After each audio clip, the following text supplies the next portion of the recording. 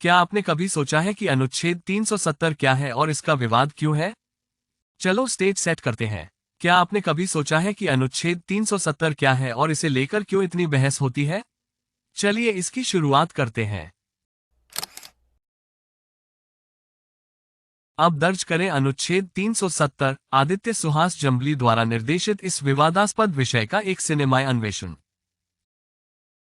ये film the Kashmir files के बाद आती है, जो चल रही बहस में एक ताज़ा दृष्टिकोण जोड़ती है। फिल्म आर्टिकल 370 के बारे में जानकारी देते रहिए। आर्टिकल 370 बस एक फिल्म नहीं है, बल्कि राजनीति की जटिलताओं को समझने का प्रयास है।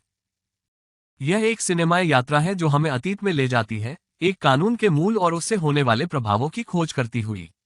ये कई बहसों और विवादों का मुद्दा रहा है।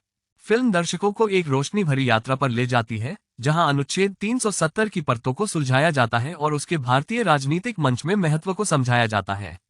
फिल्म की बेहतरीन बातों में से एक है उसकी शानदार कास्ट, जिसमें यामी गौतम और प्रियामणि के शानदार प्रदर्शन सबसे अहम है। वे इस गहन कथा की ड्राइविंग फोर्स हैं, अपनी भूमिकाओं को इतने कन्विंसिंग ढंग से निभाते हैं कि वे उन पात्रों के जीवित, सांस लेने वाले अंग हो जाते हैं जिन्हें वे निभाते हैं।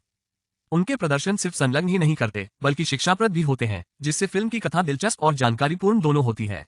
आर्टिकल 370 एक फिल्म है जो सच्चाई से नहीं घबराती। ये जिंगोवादी कथा या प्रचार का सहारा नहीं लेता है। इसके बजाय ये साहसपूर्वक उन घटनाओं की जानकारी देता है जिनसे अनुच्छेद 370 को निरस्त करने का फैसला लिया गया था। यह एक नया तरीका है जो कथा को असलीता देता है और इसे और रोचक बनाता है। हालांकि जो फिल्म को अलग करती है, वह है इसकी बेहतरीन शोध शुद्ध कहानी जो तथ्यों पर आधारित है। फिल्म निर्माताओं ने सच्चाई की खोज में कोई पत्थर नहीं छोड़ा है, एक ऐसी कहानी पेश की है जो वास्तविकता के करीब है।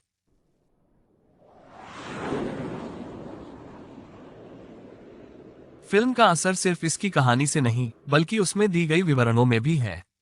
अनुच्छेद 370 ध्यान से उन सभी घटनाओं को बताता है जो इस टाइटुलर अनुच्छेद को रद्द करने तक पहुंचाई गई, जिससे दर्शकों को उस समय की पूरी परिस्थिति का विस्तृत ज्ञान होता है।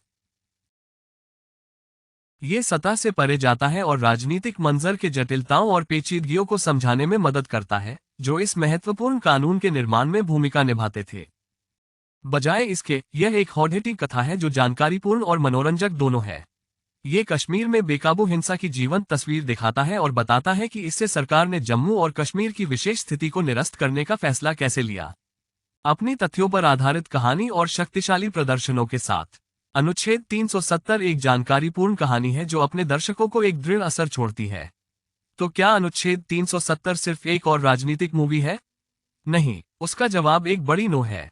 ये फिल्म अपनी दिलचस्प कथा के अलावा अपने शोध की गहराई और कहानी के तथ्यों पर आधारित होने के कारण अलग है।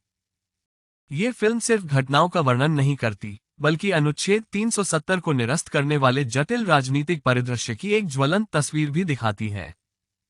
हालांकि इसे कुछ मायनों में कश्मीर फाइल्स के विस्तार के रूप में देखा जा सकता है।